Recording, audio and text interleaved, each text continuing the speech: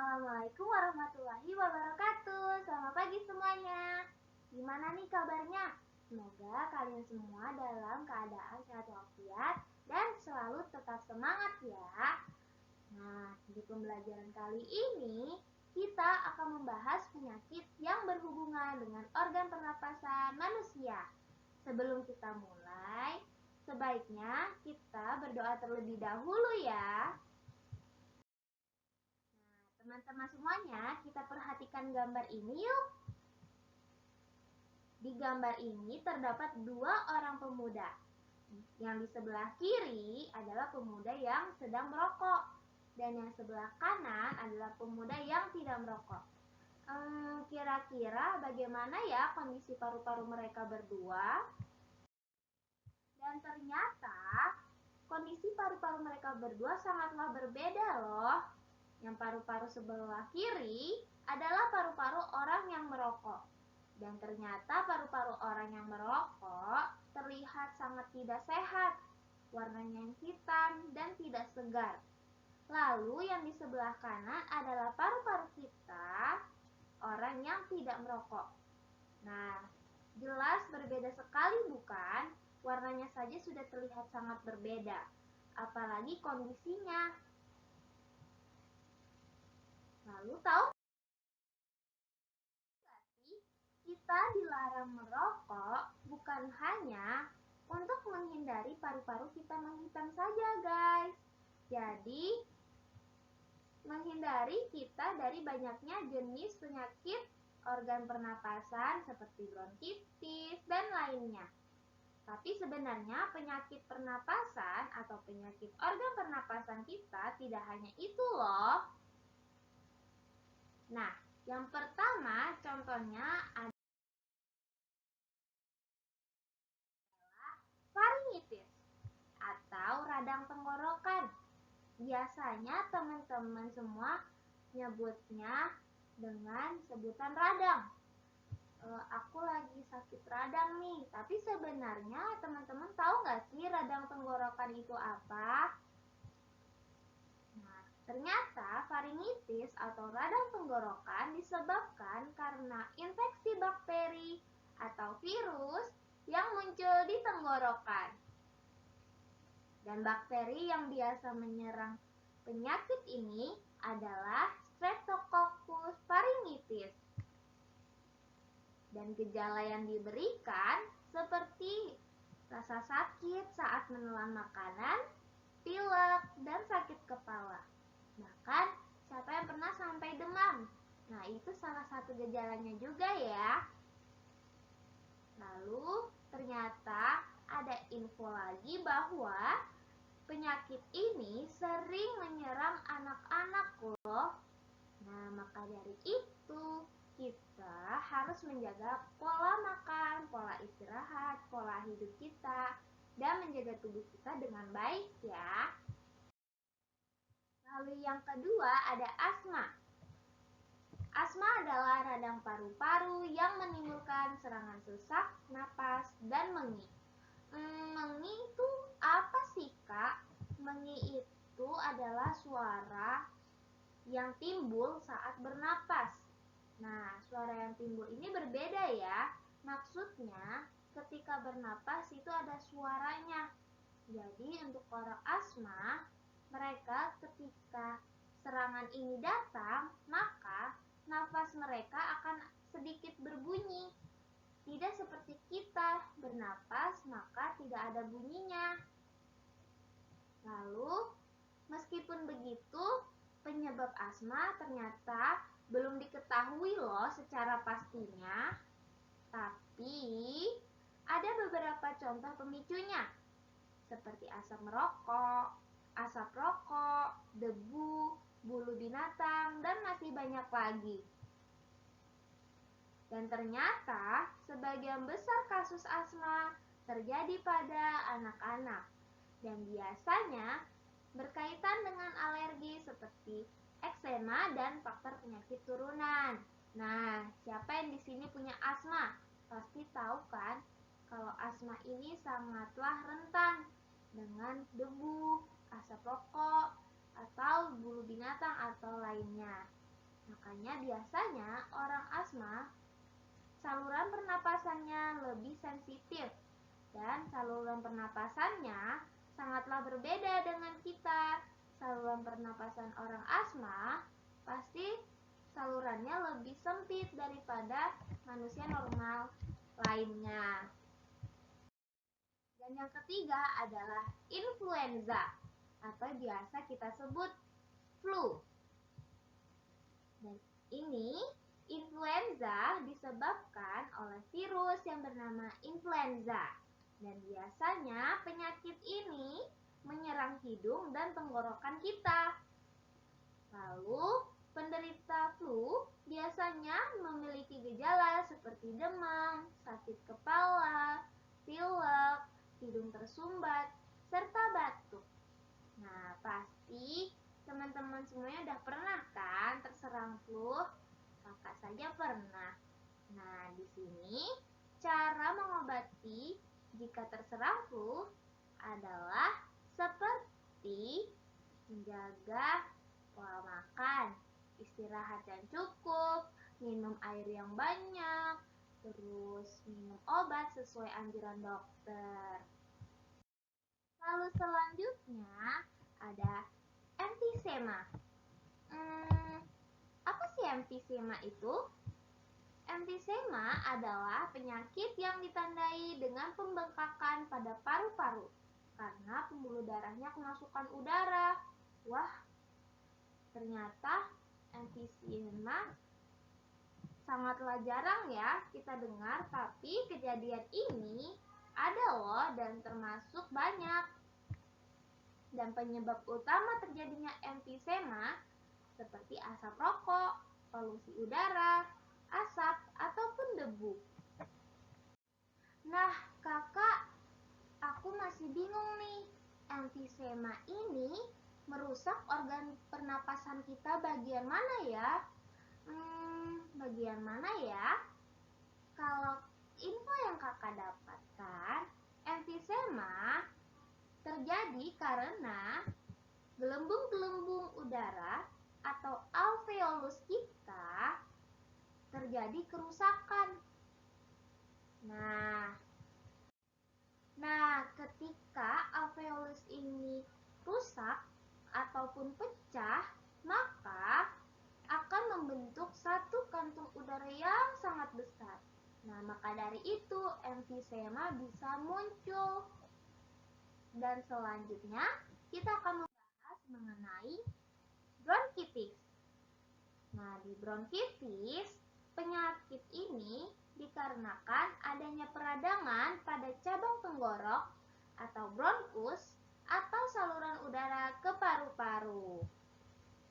Dan gejalanya seperti batuk yang disertai sesak napas dan sakit tenggorokan. Bronkitis ternyata dapat dicegah loh dengan beberapa cara seperti kita menghindari rokok. Nah, tadi seperti yang di awal, ternyata orang yang merokok itu sangat mudah loh terjangkit dengan bronkitis. Lalu yang selanjutnya adalah asbestosis. Nah, asbestosis adalah penyakit saluran pernapasan yang terjadi akibat menghirup serat-serat asbes terlalu sering. Dan gejala yang muncul akan datang 10 sampai 40 tahun yang akan datang. Dan biasanya asbestosis lebih sering menyerang orang yang bekerja sebagai tukang bangunan, buruh pabrik asbes, mekanik, dan masih banyak lainnya. Tapi Kak, kalau misalkan kita terkena asbestosis dan gejala yang muncul itu seperti apa ya? Nah, gejala yang muncul itu akan seperti sesak napas, terus nyeri pada dada, terus bisa mengih, atau biasa disebut dengan bengek, terus keadaan tubuh yang menurun atau imun tubuh kita yang menurun, dan masih banyak yang lainnya. Lalu yang selanjutnya kita akan membahas tentang sinusitis. Nah, di sinusitis diartikan sebagai peradangan pada bagian atas rongga hidung. Dan saat terinfeksi, rongga hidung akan berisi lendir dan terjadi pembengkakan pada selaput lendir, sehingga membuat sumbatan. Nah, siapa yang di sini pernah terkena sinusitis? Pasti tahu rasanya ini sangat tidak enak ya, karena lendir kita tersumbat, tidak dapat dikeluarkan, susah untuk dikeluarkan. Lalu, sinusitis ini disebabkan karena adanya infeksi bakteri, jamur, virus, dan masih banyak lainnya. Dan beberapa gejala yang umum terjadi seperti sakit kepala, batuk, bau napas tidak sedap, dan masih banyak lainnya. Teman-teman tahu nggak sih ternyata sinusitis jika sudah parah maka bisa sampai ke tahap operasi loh. Oke, yang selanjutnya kita akan membahas mengenai tuberkulosis atau TBC. Nah, penyakit ini adalah penyakit paru-paru yang diakibatkan oleh kuman Mycobacterium tuberculosis. Nah, bakteri ini menyerang paru-paru sehingga pada bagian dalam alveolus terdapat bintil-bintil. Dan penderita TBC dapat memiliki gejala seperti demam, tidak nafsu makan, dan nyeri pada dada.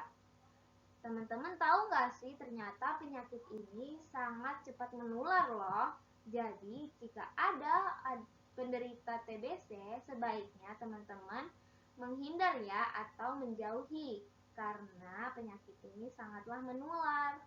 Lalu penyakit ini jika sudah parah akan terdapat lendir atau ketika batuk itu mengeluarkan darah.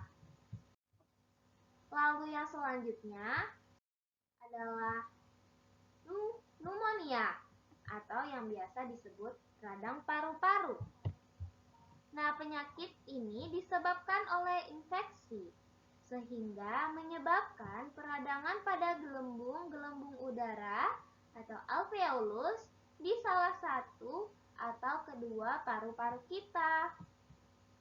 Dan penyebabnya karena adanya infeksi bakteri, virus, dan jamur. Lalu gejala yang ditimbulkan pada umumnya seperti batuk dan demam. Nah, orang yang terkena radang paru-paru itu sudah termasuk berbahaya loh teman-teman. Karena pada alveolusnya sudah terdapat cairan. Dan ini cairannya harus dikeluarkan karena kalau tidak sangat berbahaya bagi kesehatan pernapasan. Apalagi bisa sampai menyebabkan meninggalnya kita. Maksudnya dapat membuat penderitanya meninggal dunia. Oke, selanjutnya kita akan membahas tentang difteri atau difteri. Nah, penyakit ini disebabkan oleh adanya infeksi bakteri pada hidung dan tenggorokan yang biasanya ditandai oleh munculnya selaput abu-abu yang melapisi tenggorokan dan amandel. Nah, teman-teman lihat kan di gambar sebelah kiri? Nah, itu gambaran jika seseorang terkena dengan difteri. Lalu, difteri adalah infeksi yang disebabkan oleh adanya bakteri yang bernama Corynebacterium diphtheria yang dapat menyebar dari orang ke orang. Nah, ternyata difteri ini sangat menular juga. Tapi teman-teman tidak perlu khawatir karena dari negara kita sendiri sudah terdapat vaksinnya loh. Tapi jika terjangkit penyakit ini, teman-teman semuanya harus banyak-banyak beristirahat, dan menjaga pola makan, pola hidup, pola istirahat dengan cukup ya. Lalu selanjutnya kita akan membahas tentang rinitis. Nah, rinitis adalah peradangan pada rongga hidung yang dapat membuat menjadi bengkak dan banyak mengeluarkan lendir. Bila rinitis ini terjadi secara berkepanjangan, maka dapat timbul sinusitis, infeksi telinga tengah, atau polip hidung. Dan ternyata penyebab rinitis paling sering muncul karena alergi. Contohnya aja bulu hewan peliharaan kita. Ayo, siapa di sini yang pernah terkena penyakit rinitis? Lalu selanjutnya kita akan membahas tentang ISPA atau infeksi saluran pernapasan atas. ISPA menyerang sistem pernapasan manusia bagian atas, yaitu hidung, laring atau tekak, dan tenggorokan. Penyebab ISPA berasal dari beberapa jenis bakteri, seperti Streptococcus dan Haemophilus. Walaupun penyebarannya sangat mudah, ada beberapa kelompok orang yang lebih rentan tertular ISPA loh. Contohnya aja seperti anak-anak dan lansia. Wah, ternyata ISPA dibagi dalam 3 tingkatan nih. Ada ringan, sedang, dan berat. Yang ringan dapat berupa batuk, suaranya serak, atau hidungnya berlendir. Dan sekarang untuk tahapan sedangnya dapat berupa sesak napas, suhu tubuh lebih dari 39 derajat Celcius, dan bila bernapas mengeluarkan suara seperti mengorok. Dan yang pada gejala beratnya bisa seperti kesadarannya mulai menurun, terus nadinya cepat atau nadinya tidak terasa sama sekali, terus nafsu makannya semakin menurun, lalu bibir dan ujung nadinya membiru, serta perasaan gelisah.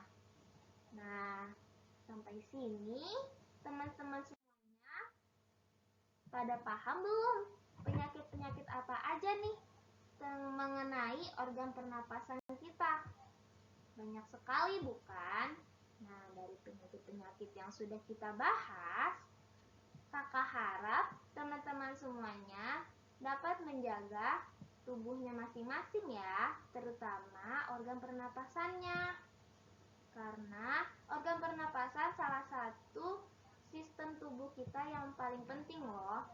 Karena ketika kita bernafas saja susah, bagaimana kita untuk menjalani aktivitas lainnya?